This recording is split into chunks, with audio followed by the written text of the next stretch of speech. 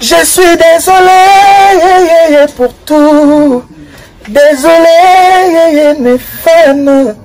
Envie d'isoler, regret. Neti mozole na sukamboka. Miganyema, solo la vérité. Solo la vérité avec Miganyema. Abonnez-vous, abonnez-vous, abonnez-vous. Nombreux, j'ai dit. Parce que c'est une chaîne de vérité. Miganyema est là pour nous divertir, pour nous donner de la joie, pour nous donner de la gaieté. Et surtout, son plus grand combat, c'est nous informer. Donc, Miganyema est là pour nous informer. Et la vraie information. Big up. Maman Denise Nyekeru. La polga. Miganyema. Sur la vérité. Sur la vérité, mais au fin de merci. Vérité. Arrêtez de vous faire du mal pour rien. Olingango. Balingao makasi basala semblant. Sur la vérité. Sur la vérité, mais au fin de merci. Miganyema, yemokonzi la journaliste. Yemokonzi la journaliste.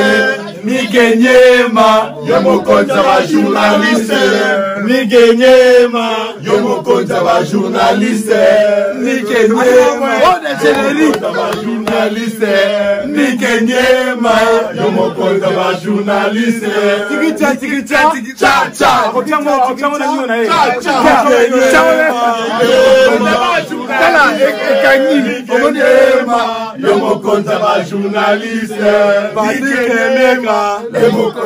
Bonjour fidèles internautes et bonjour bon mon atier, bonjour Nabandeko tout bonjour pour TV grâce à la chaîne moment la chaîne YouTube Nabiso sur la vérité Elenga Congo, Congo Promo, Congo 10 A plus T143, la chaîne partenaire pour soutenir le projet Kin Connexion Paris, émission divisée par plusieurs chaînes. Nous avons réel plaisir de recevoir aujourd'hui Fila Baseli, grand chanteur, Bandeko Bele Boebi, Bandeko Bele Bo découvrir Lelo, grand chanteur. Tout le projet naie évolution naie à studio, à préparer nini et puis musique et donc nini le tombe sur la musique. La Fila Baseli a parmi de grands chanteurs parcours ne peut boyer bon le lo bande comme sou boyer baraté boyer bon le lo tombe sur la musique congolaise je évoluer ndenge nini tombe sur la musique na poto et je évoluer et puis ba projet naie tant qu'artiste c'est ça ndenge nini.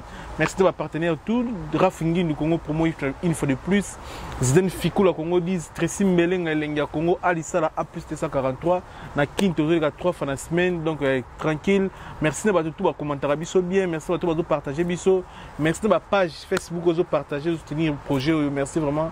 Vous avez des cœurs nabino de la part à Miganyema frère nabino, merci na Evan Tumba na Katan Vex grand prêtre et patron de Tadekyo Azatse, merci na Guy Baïna colonisateur de la SAP, monté maman Sylvie Baïna, Douve Moeni, ya Guy wa Mokonzi ya Grenoble Mokonzi à Lyon, merci pour tout Emma Sonangol, Zola japonais.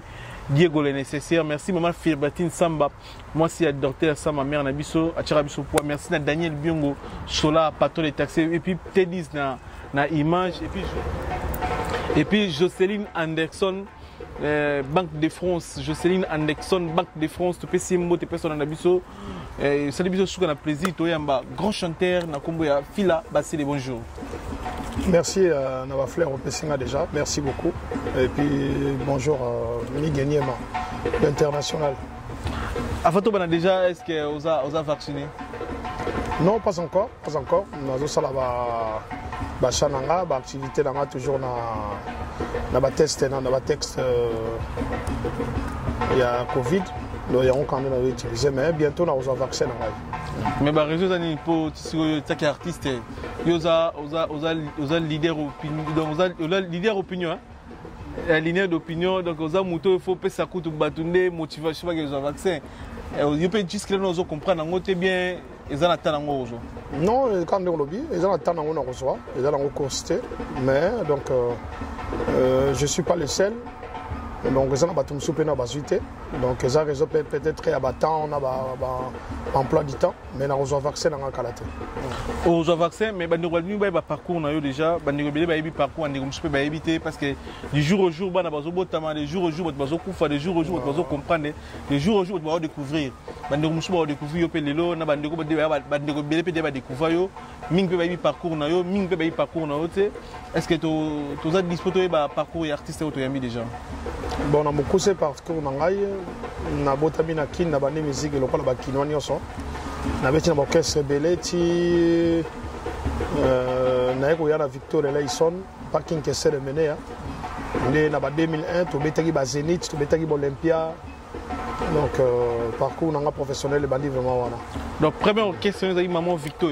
Non, pas mon orchestre, on a Victor pour me pousser, mais dans Moulaï, je peux dire que na koli na gitambo na beti na orchestre ba gitambo ba pour yo musica na beti na ba nouvelle lance qui bina ko ba masa na ba fali to ba fali ba masebele na ibina na ngambo zaki ba papi kakol donc ba héritier to zaki ba la nouvelle alliance donc ba mise ba koni fali héritier voilà papi kakol voilà. Dans le solo, héritier a la biso qui a bête place mon a fallu, bête le expliquer biso. C'est la réalité. Si bon, tu bête place mon sens que biso toi qui na orchestre na biso na kin. Et c'est là qui a camarade absolument scellé, c'est le fumu, nouvelle lance qui bina kotan qui bina le kabwani. L'époque wana, tu go bête na fallu. Et puis héritier pas ko ya na biso a ma ou me la guité, a ko kende pas avec la JB. Mais histoire à bêta raqué, to bêta que c'est mon affali, à bêta mouvement affali. Donc il y a que ça on a le barreza, on a une nouvelle alliance qui binda quoi. Donc Richard Omela était Richard qui pas JB, fallait qu'il pas Kofi. Fallait qu'il n'ait pas profité. Donc les bossons ramna que n'ont pas na muku na mulai. Après on a eu bêta pas ready à Miss. Donc qu'est-ce qu'on a eu là qui aurait à l'époque parce que le comment la casa. La casa. Ngana kendaki après fallait que na tala latant. Héritier que na papi piou pas JB. Et c'est moment là de mutomo panzana. Ngana après Kester après on a pas avec King Kester de mener. Fallait Kofi héritier maison mère comme vous savez tout ça. On a numéro pas King Kester. Que na yo moko to na camarade to vie moko accompagner. Na kenanga moko bezalaka na un jeune frère nanga. Zappé Drumer la biso ya Victoria. Comment on est Zara Zénith. Ah, c'est jeune frère, non? Ouais, c'est mon jeune frère. Toko la bango sikamoro. Ayebi que Vena Imbara déjà bien tant ba misé à Victoria ba sala ba longwa. Donc quand on est même ba venir on a dit venez na Victoria les seuls bazolo comme musicien, vraiment comme tu chantes bien, viens. Et c'était ça, na yagipe na MBP balamo même jour na Tikali. Voilà, c'était ça. Ça va tester devant King Kester. Non, ça va devant King Kester de tête. Non, ça va Kester dans la poto. Bah ça va tester ça va Drobert Nabiso senior à des patra à l'époque. Na celui c'est Nabiso nani Oulé Bondaki donc c'était le deux là bazagi wana. Après ton Kester il faut bander la Kester. Avec temps à Koutinga déjà azali mais par koye banga vrai na salagi c'était mais ayoka Kinga en fait. Ayokinga c'est bon puis voilà. Alors tu na vocal ni par exemple. Et bien, on a dit qu'il y a Bissina, on a dit qu'il y a Bissina. Ngaïba te mama banzo kakayo Abissina ami yelanga tanandoto lisola ya pamba na mulai Abissina yosalia na kotuna soki pe nazalaka na motema na yo tote tekelanga bolingo na mulai voilà faut qu'on anje Abissina. Bato yebi balinga nzemba Kester, yebi Victoria bien, yebi nzemba Bissina, nda partir nzemba wana. Nde ayoka yinga. Après vous savez combien de temps na Kester, vous mettez pas na kotaki na Victoria, na kotaki tant ba musicien ou ba Guy Moller, ba Sampaio, ba Sotelesi là, ba Sotelesi dans Baltikaka mouvement. L'époque on a nga na koti na février. Le côté na ba o Masona ni Bobby Ronaldinho. Té Ronaldo ba remplacer biso après. Ah ouais fait. Ronaldo ba na 2008 là. Juste en 2001. Donc biso to biso to l'équipe. Bino après di Bondas. Bon biso to Robeta biso to yaki poto ça la voyage à Tchakouli Bondas na Kiwanzenza en fait. Donc voilà. Biso to Robeta on a Zénith, toi tu vas varier ba rouge, ba jaune. Donc avec Olympia aussi donc beaucoup vraiment orchestre na chance orchestre les bêtises album. Et ça du succès va misser va longue. Ça du succès va misser ba tiki après on ça l'attaque moro boya attaque moro rapide hein attaque rapide pour ba yo beta Zénith à Kester.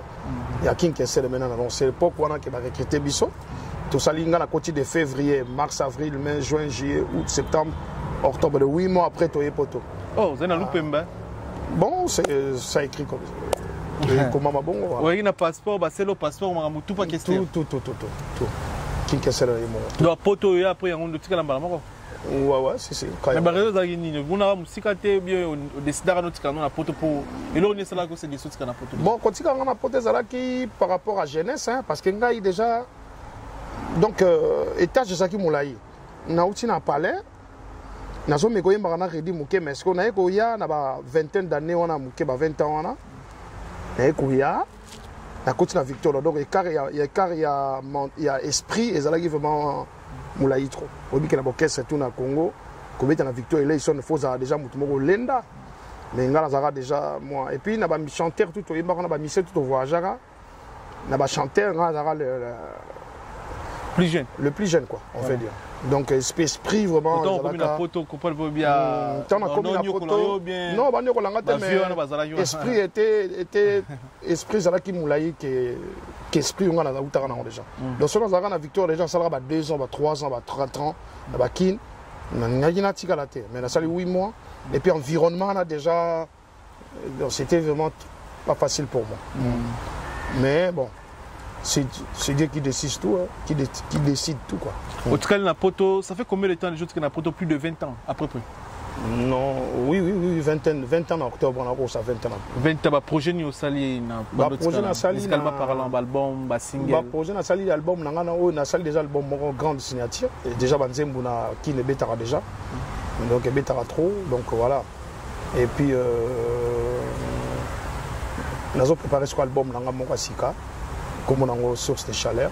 Donc on a des albums, un album moko, auto nana, des albums masika. Ouais, auto on a quoi album masika. Mais pourquoi tu as 20 ans des albums? Ou qui a des albums? Bon, parce que non, on espace à 20 ans parce que on a joué temps pour notre album.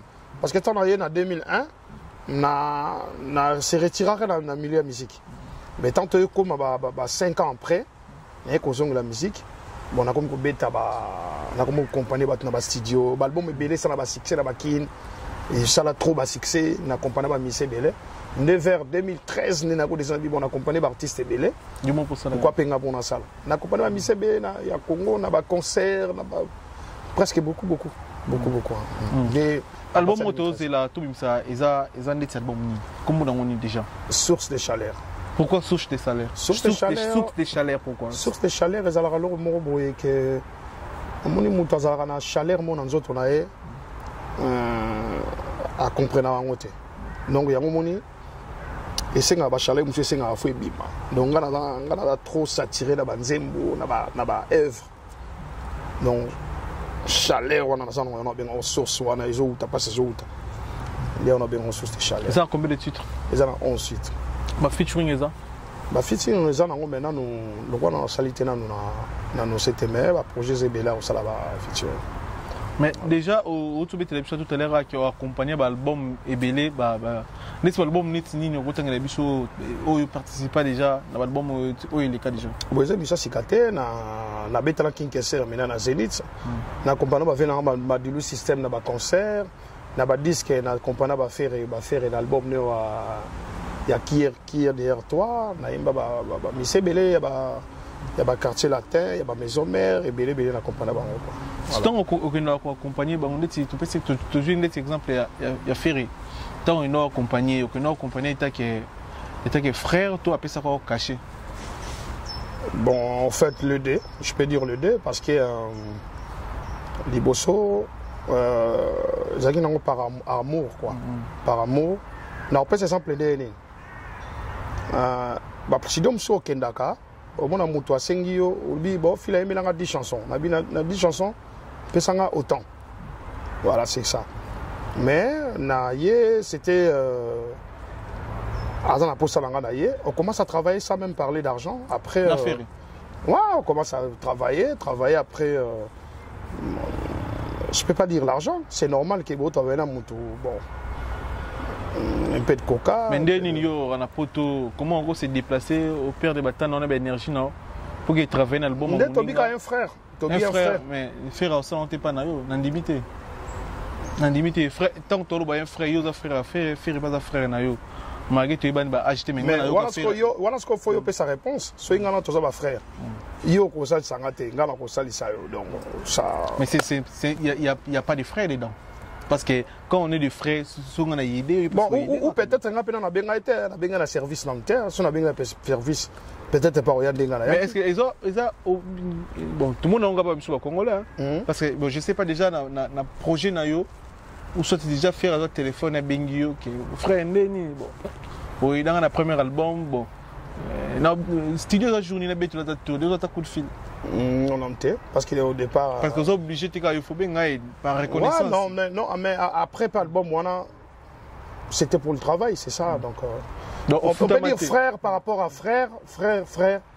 Et puis on peut dire collègue, collaboration, on peut dire comme ça. S'il y a plus de collaboration. Mais collaboration sans considération en fait. Parce que yo aidé, mais il retourne à y pas aidé. Non, parce que comment il faut bien non, il n'a pas ça retour. Pourquoi moi je voulais pas les retours. Lui aussi il voulait pas les retours. C'était le travail. Lui a y entre des frères, des frères, pas des amis mais deux frères en fait. Des frères parce que na ina facilité salon parce que déjà les cas ina canal ya mutumo déjà za la rapide là avec Piri zaki Willy Tembela parce que c'était hier muta ngabe baba tout habité pour la za garçon bien voilà c'était d'abord ça et puis na yeki na ndenge ya ko aider en fait. Mais bon, relation na artiste, c'est quand on a besoin de bon terme, bien sûr. Ouais, relation par connaissance, ouais. Par connaissance, ouais. Mon numéro, c'est quand moi, n'habité. Non, il n'y a rien. Donc, c'était le travail. Il y a rien, le lot peut faire dans le casino de Paris, à inviter Kinderocha, vocal no yemba, vocal biocha, cœur, tout ça. Bon. Ok. Soit il fait inviter que Phil c'est pour ça version originale wana pourquoi pas parce que il paraît qu'il fait un traiteur petit na TV on dirait déranger yo on dirait boss qu'on a bonne relation na monate a benga petit pour na monate yo ka benga petit il paraît to ki ka benga bon il paraît moi je juge pas il paraît mais je sais que c'est un ami c'est toi mais nga na mona namte parce que moi je suis tout le temps à la télé je regarde tout mais ce qui a loba dans mon panzi là je peux pas commenter parce que c'est Rosa Songi mais pour moi c'est un frère. Et puis, tout ça, âge moko, génération moko, nous tous quoi. Donc, par rapport à ça. Est-ce que vous rappelez l'internaute Bilo dans l'album, une contribution dans l'album? Bon, pour nous rappeler, mais on va que l'album est qui est derrière toi. Donc, tout l'album, et puis, dans le Zinda, vocal Moïse Arana Souka. Vocal Moïse Arana Souka, parce que Bazim tout voilà, c'est ça. Album, on a album Moïse qui tellement dans la posé Simba. Pour ça là vraiment sur ma casse donc il a pour ça vraiment professionnel ba beta na disque et on va dire que des garçons mon fille là a beta pas king que c'est maintenant a beta à Embara bien donc vraiment soyez bon travailler bien na souci na zanango buto bandi penze je mal bosso to Embagi yako karesenga yako biki ni sisanga ye pourquoi bon la photo na tchebe Kama Sutra là je mal bosso to Embagi après d'autres chansons et akoya mais na ninga mabete na ninga liso to juste chanson sur non lelo parce que les capé trop té na émission en fait pour tout la vérité depuis sous moula to jote pour to me connecter makambango à part côté ba Kier mais au comment pe banzembu bien au PCP idée sur 100% projet au baksa maele no combien to yo bando ya no ka pesio maele pesio yemba boye to luba boye bon on peut dire ça secret professionnel hein na ko ba secret professionnel parce que ngala professionnel so na kumo lo ba professionnalisme to salaki c'est comme nazo kanga ba porte ba ninga mususu ba RP ba benganga pour na aider bango c'était un secret mais lo baka que yaza na posa album nezala bien il avait des gens avec na posa bateau baza ba professionnel ba yembara bien ou ba rosa appelle ba idée en fait indirectement la répondre ba rosa appelle ba idée bien parce que lui-même aussi azana ba idée bien alors quand on mélange et ça fait comme ça fait. Ça fait quoi? Ça là qui bien, à Betty Bazénith, à Betty Langoba, grand concert, donc c'était ça. Quoi. Voilà, c'était Phil Abassé, l'invité Nabiso, il y a une connexion dans mon Kolalelo. Bah, autre chose, la concert, il y a qui tout qu'on a rédit à Miss na Djonga. Concert très très bien. Tout le monde est extrait, puis on sait juste après. Extrait, concert, puis on sait juste après.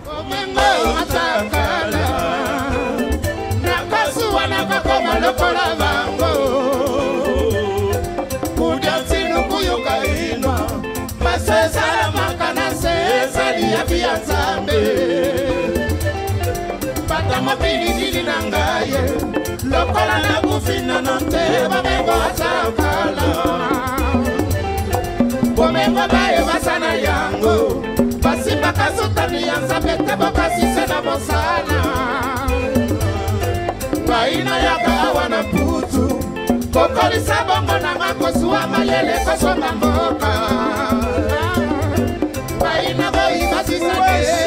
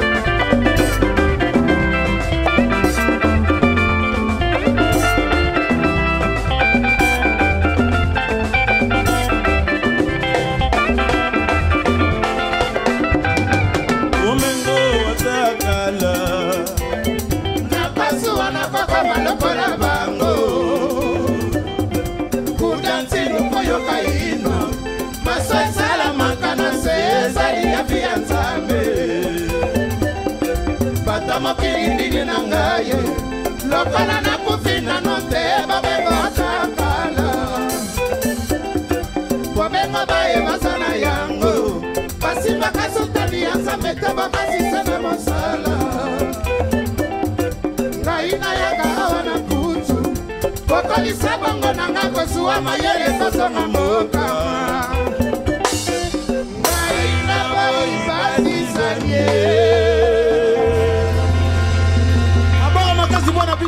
Voilà, très cher internaute, vous avez concert à Kitoko et à Phila Bassela accompagné Rédi à Missi. Et les gars, ils ont Kouloutou Rédi à Missi. Ouais, dès la saison, il y a des gens qui avant Kester King qui s'est revenu, on a mis à Paris, il a vu à Palais. Et tout comme la relation en tant que petit frère, on a vu. Vraiment, concert m'aura bien, c'est ça qui Blanchard Kadhafi, le commandant en chef dans Luanda, il a déjà Paulo Tudilou. Donc, Coco. Hein? Coco Kiboko, c'est pas là. Serge Tata Kiboko. Donc, si je suis Alex Fumunti, donc l'équipe est en makas. Les boss bêtent na Lunda Angola. Mais les gars, ils ont battu Belé, ils bizarre parce que les lots, tout le monde a un poids et un leader. Mais les lots, tout le monde est accompagné par Rédi Amis, bien sûr, il ex-patron. Mais il peut quand même leader. Il y a les gars, ils pour Kendeti. Bon, au mieux qui dit sinon, mais entre nous, tout le monde côté. L'habitude même chose, il va appeler la masse, va critiquer en fait, question tous les ans derniers. Et ça question bien faut tout parce que nous déjà avant déjà na compagnie venant à Baïlo. Déjà staff n'a déjà na tout na ibango. Et puis boza génération moroté et puis ils a chance les lots na vie. Quand il m'a le roi Rédi à Missi, papa Wemba. Namona de moi si nani mais j'ai 30 à Salango accompagné papa Wemba na RFI, tu vois. Donc bah toi mission le roi Rédi toute sa génération montée. Donc baza ba icône ya mboka ba on de l'accession musique. Na rolo baté que lelo na leki Rédi. Donc na robi misango pété. Na rolo ba pété que ba massa na so lelo au kanisi ba accompagner Rédi te ba leki Rédi non. Peut-être succès mais quel est le milieu ba congolais mais ici ba critiquer oui nazi ba critique on a trop mais on expliquer ba encore que musique il faut tout longwana ba exprime surtout rosa nango hein tout le monde ba américain ba sala la bango américain ba sala la bango tout le monde ba Michael Jackson a bien ça ba grand star il y a Amérique bazo accompagner Michael Jackson bazo aider ngapo na ngeza lego aide parce que moni bailo quand on a micho est-ce que vous imaginez mission lokola Rédi à Miss à cause du numéro na lobi Phila Bassela yo ebi banze bonanga pour na beta concert na Paris il faut que daimba na yo donc vous imaginez wana sikoyo yo soza kingo lo bani attaque ponga na orchestre na miki na kili na beta ka ba grand concert ba mi kondi bayaka ba danger bayaka mais Il y a le canto sera bengio déjà pour musique n'est pas bien. C'est par rapport à grand frère et son petit frère. Et ça, on peut prendre un bon côté. Au moins, la bengi fil à bongo. Non, c'était. Et puis, la musique, c'est. Mais je n'ai pas entendu on a parlé que yo leader soi-disant au Québec il a rédit comme musicien aux avez invité. Non. On irait bah. Non. On t'aurait que ça le coûte à ngana misa rédité. Ngazali petit à rédit. Ça petit à rédit à palais et puis voilà. Donc na misa rédit. Ngana mouvement nga rédit par le mouvement na mais on vient nga pena palais. Vient nga mais puis ça icône en boga vraiment. Mais on aura qui été président non, c'était pas ça. Non, c'était pas ça. Non, c'était pas ça. Non, c'était pas ça. Bato bazali na concert lo amona kezalaki orchestre mo gebeti nango. Après ngana ya bailo to bandi we to matina so to bandi beta banzemu na après air moko le roi tozali na tendance à vivre la musique habiter fila so ngana pemi yo beta kanoka ba papa imba baba za toujours na beti ba papa imba. Et puis, on est je ne sais pas, on est habité dans le Congo, à part Baïlo, mon pao. Est-ce que Misseni vient donc par rapport, non, je suis parmi, dans le parmi. Mais pourtant, à Combo, on a fait au côté de doute. Il y a ça fait parole. Autant par rapport à Ampleur. Vous avez parmi les grands chanteurs en Bourgogne. Oui, dans le parmi. J'ai dit le français parmi. Bien sûr, parmi. Dans le parmi. Mais ma capacité au salaire, vraiment, on n'est pas à 2 ou 3 ou 4, je ne pense pas. 2, on peut chercher même. Mais pourquoi au télémara toujours dans le concert, tu as remarqué au télémara trop na ba sien succès secret za nini pourquoi tellement na ba sien succès puis biloko yo moko zo bimisa ezo komate pour dans la vérité yo moko za conscient que biloko na bimisa ba to yo na bango mais yo tika na mito ba tuté biso to yebeli fila image to tika na ngo ya fila eza que fila betela biloko madilu kitoko abetela biloko fait beaucoup kitoko biloko kester kitoko mais banzembu ya fila la mito ba tu ezo tika na biso te ozo côté ozo kalina parce que biso to connaître ça idéologie qui nango pour obima nango mais après obima déjà ozo déjà fila ba sele après on dirait ozo continuer toujours ko vanda na ba concert no toujours ba succès dernièrement dans ba concert to tira ba concert na yo na kin o beta toujours ba succès on est ko beta yo moko fila ba sele non ancien succès na beta ngode na ba concert à poto na ba concert na nga tout ya kin na beta banzemu na nga parce que banzemu na nga za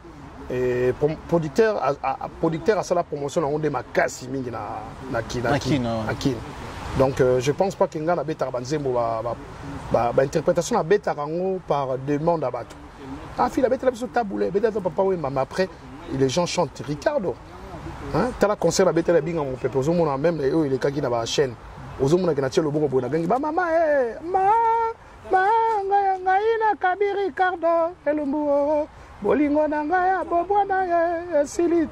Les gens chantent ça. Ils n'ont pas consommé la kin.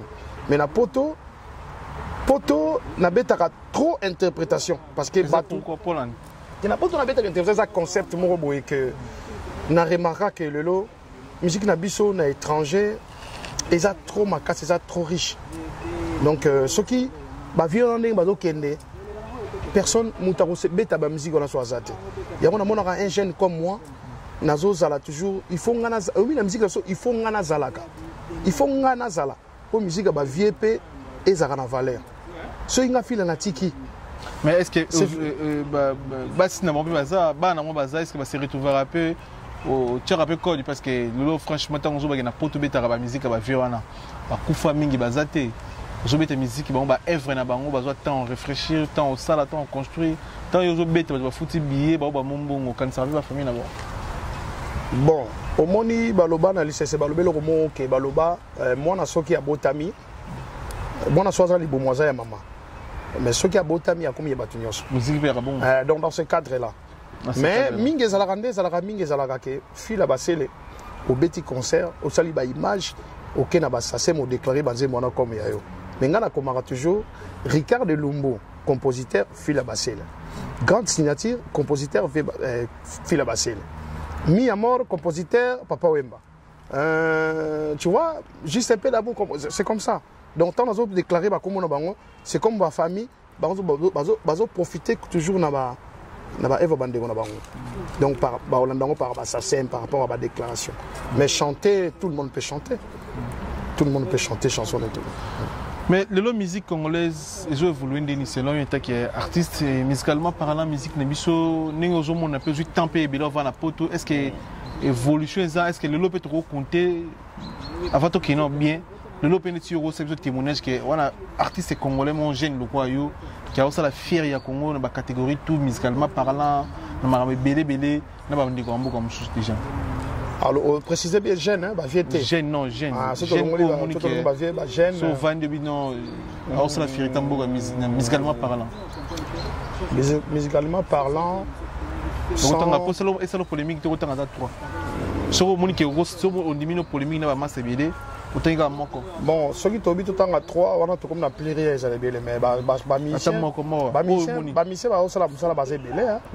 mais oh, vraiment, on a tout changé na o asalaka eza je peux dire Fali Poupa. Fali vraiment c'est un mec que je félicite beaucoup.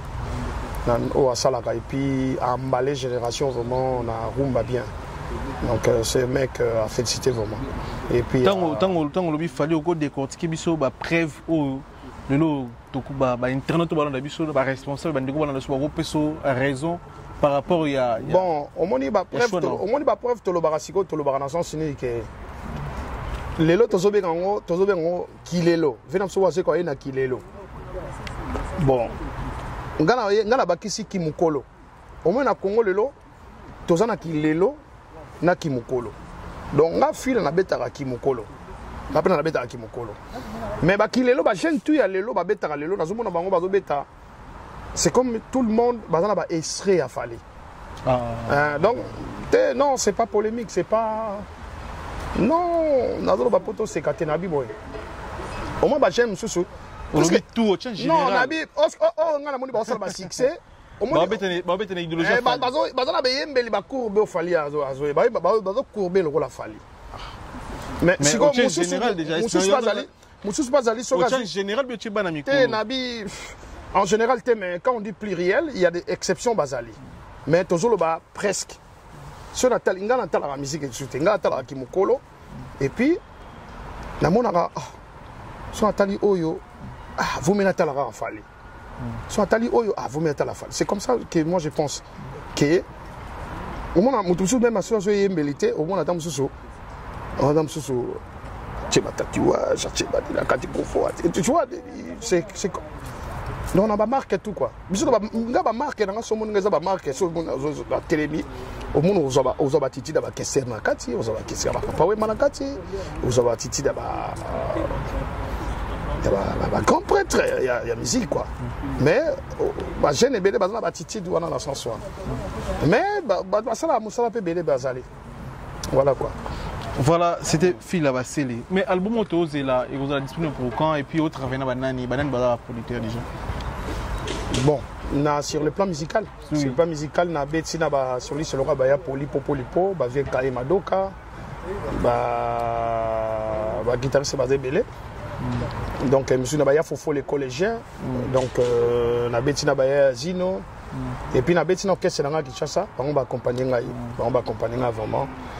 Donc voilà quoi, style pena ba reçoit Kimukolo. Donc vraiment style langa na za toujours ya Kimukolo. Style à Kimukolo, ba projet d'anini parce que toi pour boire bato Angola toi tu éviter choses appel en calcul, mais ça c'est calculé Angola calculé. Angola na zo ya kalate na makasi ya Bento, le boss Trésor et ça baza na ba aussi mama solo. Et puis Blanchard Kadhafi le commandant en chef na pesi Mbotenae, Alex Fumunti, hymne national, Paulo Tidu Ludin toujours. Et puis, ça fait à Paris, il y a Bijungwama original, il y a Gilles Dikando. Donc, il y a Willy Moucheni, quoi. Code Mboka, il y a toujours un bisson dans le projet vraiment zébélé. Donc, il y a Willy Moucheni. Il y a Willy Moucheni. Donc, on appelle ça à Montréal. Anderson et Yimbi, l'homme en dollars. Il y a un sobo qui comprend la boire Anderson et Yimbi. À Montréal. Anderson et Yimbi. Anderson et Yimbi de Montréal. Anderson et Yimbi de Montréal. Anderson et Yimbi de Montréal. Voilà, Anderson et Yimbi, Jocelyne Anderson. Voilà. Bac de France. Voilà. Donc, et puis on peut s'en mettre il y a Willy Kossi. Yannick WhatsApp. Jocelyne Anderson, Bab de France. Yannick WhatsApp, on est ensemble. Il y a Willy Kossi, papa na presse Sengi. Et puis na Toronto, na pesi na Jean-Paul Elessé. Motema ya Matete Bokongo na Montréal. Et puis na Paris, na ça va petit na Kandi la japonaise. Bilambe Belé. Il y a Joël Mabele. Et puis tu ça monte na les grands producteurs à Paris. Djonga Okula. Grand prêtre Djonga Okula. Voilà, grand producteur. Et puis ceux qui n'ont pas été sur la Baïlo, ils allaient pour la maison. Il y a Djonga Okula. Voilà. Donc, ils ont rappelé la maison de production. Donc voilà, ils ont par rapport à la maison. Deux mondes américains, pour la même maison, na R. Kelly, mais bon, ça, ils ont par rapport à Bongo. C'est ça. Tout le monde est leader, le Kolangan habite na Baïlo. C'est par rapport à la maison Djonga et puis Bob Djonga. Mais il y a des choses dans le programme, le calendrier pour na concert na yo moko beta koyemba ba concert na concert mo fona kene na kene Pointe Noire et pas ya mutabeng singa mon colonel Edgar Mangela de Yazara na Pointe Noire et puis donc ça faisait vraiment en casse après ça monte na vie na Chalet Chamba donc voilà et puis c'était là permet les grands Digoka de Liverpool Wadon Fumu on appelle Wadon Fumu monte na appelle champion Wadol. Champion Wadol. Champion Wadol. Donc on appelle Simbote na Ambara de Saint-Paul le capitaine. Donc on a maison mère, on appelle Simbote. Et puis voilà. Voilà, merci trop comme on a dit Biloka Sika, ils étaient Biloka Sika Biloka Sika. Ouais. Le Rozo préparé l'album Mon Bestrikara toujours moins souhait hein. Bon tout ça le Kala oui c'est ça va masala Kala.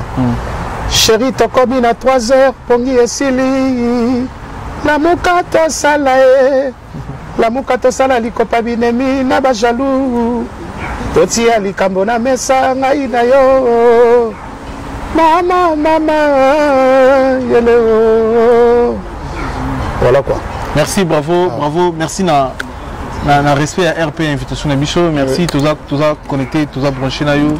Merci à Gilles Dikando. Il y a ma peau finie. Merci à Ndégoto, merci à Tédis, merci à Ndégoto, on va connecter, brancher. On est ensemble, maman fille Biatine Samba, moi c'est Dr Samba. Ils vont tout avec ça dans Bisso. Il y a Zoba la Kanami qui était roboulé, puis un chose à la Wana. Pas mal. Les toba musique, ils ont la frontière. Et puis, il faut souligner le mot que la musique n'a pas trop riche. Là, la compagnie, le mot, ça appelle. Ici, va richeter. Ouais, ça dépend. Riche peut bazali. La musique, la musique, c'est un timbre, le mot, que ça s'appelle bon, mais Biloro Bavier Basala, ils ont tellement très mystique. Tu devais aussi visiter. Ça, on vivre. On doit vivre pour savoir danger. Des tingala en direct dans un orthographe, tout là. Ah, fila. C'est ça. C'est ma fierté, quoi. C'est ça. C'est pas donné à tout le monde, quoi. C'est ça, en fait. Event tout le monde Solango, M. Tozana, président Fila Bassele, merci de commenter, de partager cette émission qu'on avait, c'est qu'une connexion pareille. Votre émission présentée par votre simple serviteur Miguel Nima, autrement dit Papa Ngeli. On est ensemble. Tédis.